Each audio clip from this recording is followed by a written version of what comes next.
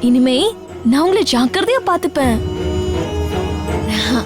வீட்ல கூட பாட்டி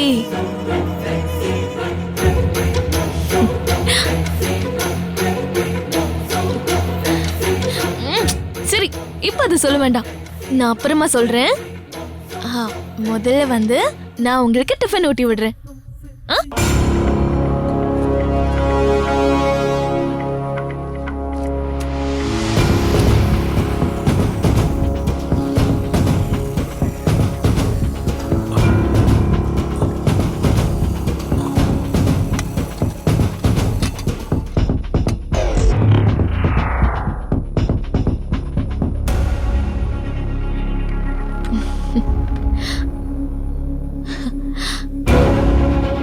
மாமா, நான் உங்களுக்கு டிஃபன் எடுத்துட்டு வந்திருக்கேன்.